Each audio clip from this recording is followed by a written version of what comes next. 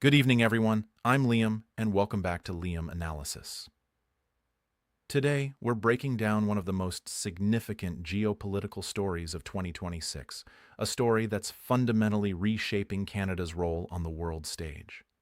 Most Canadians missed a critical moment that happened in Oslo in March, but what unfolded there, followed by equally important developments in Armenia and now set to culminate in Toronto, represents nothing less than a transformation in how the world views Canada.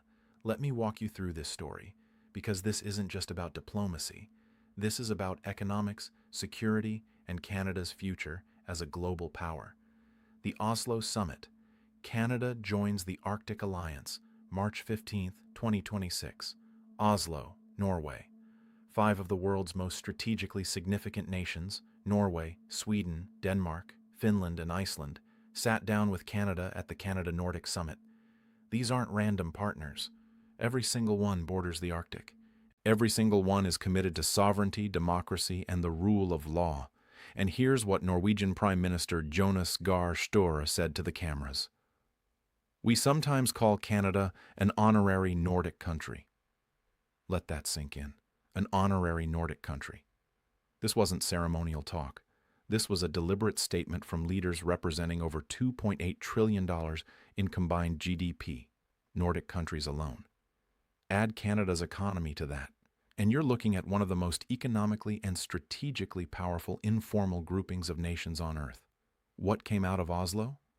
First, a binding joint statement committing all 6 nations to deepening cooperation in trade, technology, energy, defense, and security, coordinating their voices in NATO, the European Union, and multilateral organizations, regular, institutionalized meetings going forward.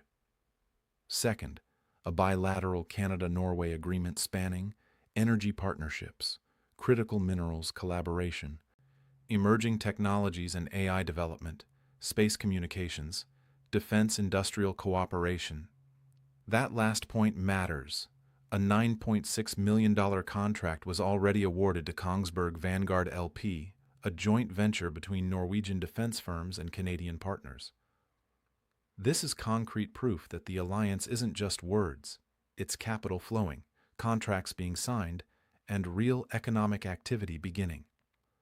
Why Norway's partnership matters. Norway manages the world's largest sovereign wealth fund, valued at over $3.5 trillion. That fund doesn't make idle commitments. When Norway signals openness to Canadian investment and partnership, it's signaling something real.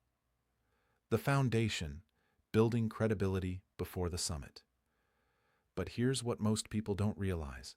The Oslo Summit didn't happen in a vacuum. February 2026, Munich Security Conference. Canada officially joined the European Union's Security Action for Europe, SAFE, a $150 billion joint European defense procurement initiative at the heart of Europe's Readiness 2030 plan. This was historic. Canada became the first non-European country ever admitted to SAFE. What does that mean?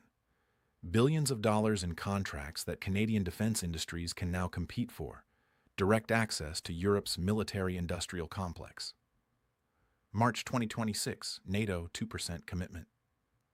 For the first time since the Berlin Wall fell, Canada hit NATO's 2% GDP defense spending target. 2025-2026 combined defense spending, $63 billion, largest single year-over-year increase in Canadian defense spending in generations. Canadian Special Operations Forces participated in Cold Response, a NATO exercise in the Arctic involving 32,000 troops from 14 allied nations. By the time the Oslo Summit happened, Canada had already demonstrated through action, not just words, that it was serious about being a European security partner. Yerevan, Canada at Europe's table, May 4th, 2026. Yerevan, Armenia.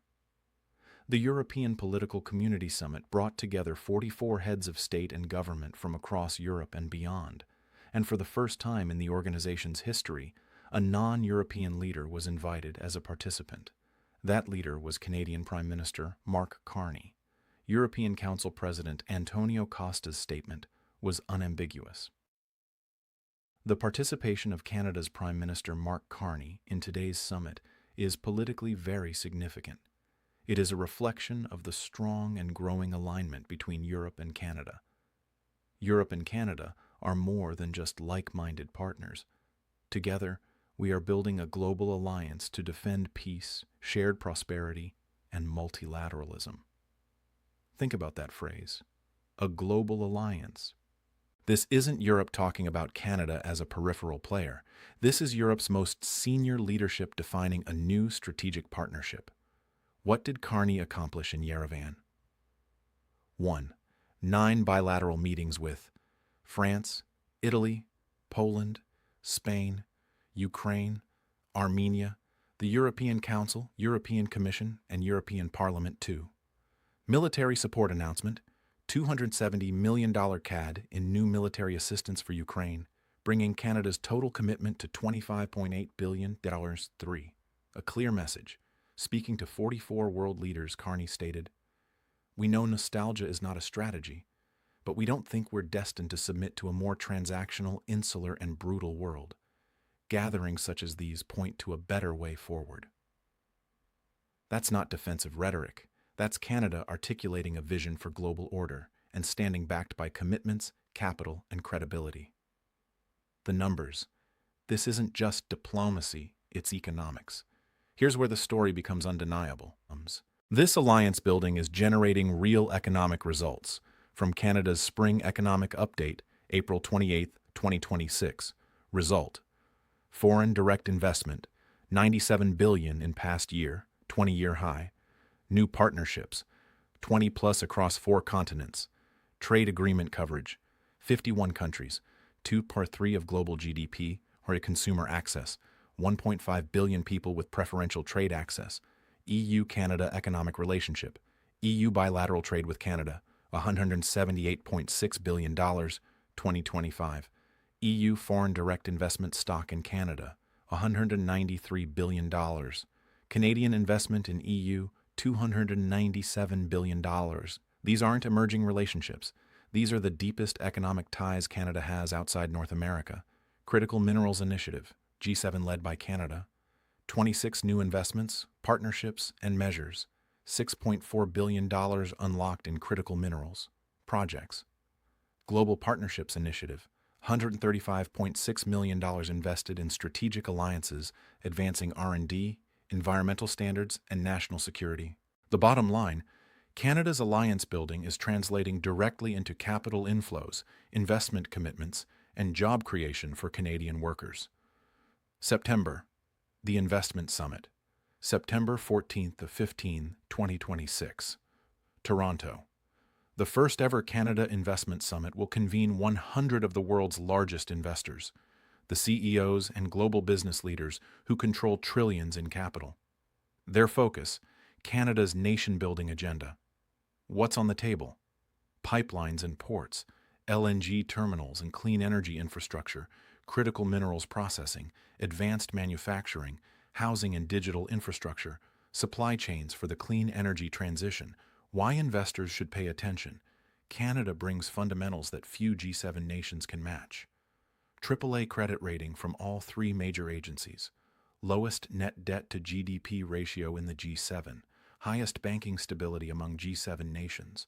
World's most educated workforce. AI sector adding jobs faster than the US. $140 billion quantum computing opportunity. Trade access to 1.5 billion consumers across 51 countries. Best tax treatment for new business investment in the G7. But here's the critical piece. The alliances that Carney has been building in Oslo, Yerevan, Brussels, New Delhi, and Davos are creating a pipeline of capital looking for opportunities. Norway's $3.5 trillion sovereign wealth fund, Singapore's GIC, Abu Dhabi's funds, Germany's pension managers. The UAE has already committed $70 billion in investment. The Canada Investment Summit is where those conversations become contracts, where partnerships become projects, where diplomatic groundwork becomes economic reality. The calendar ahead, Canada's dominance in 2026. The rest of 2026 will cement this transformation. June 2026, G7 Summit, Yerevan, France. Host, President Emmanuel Macron.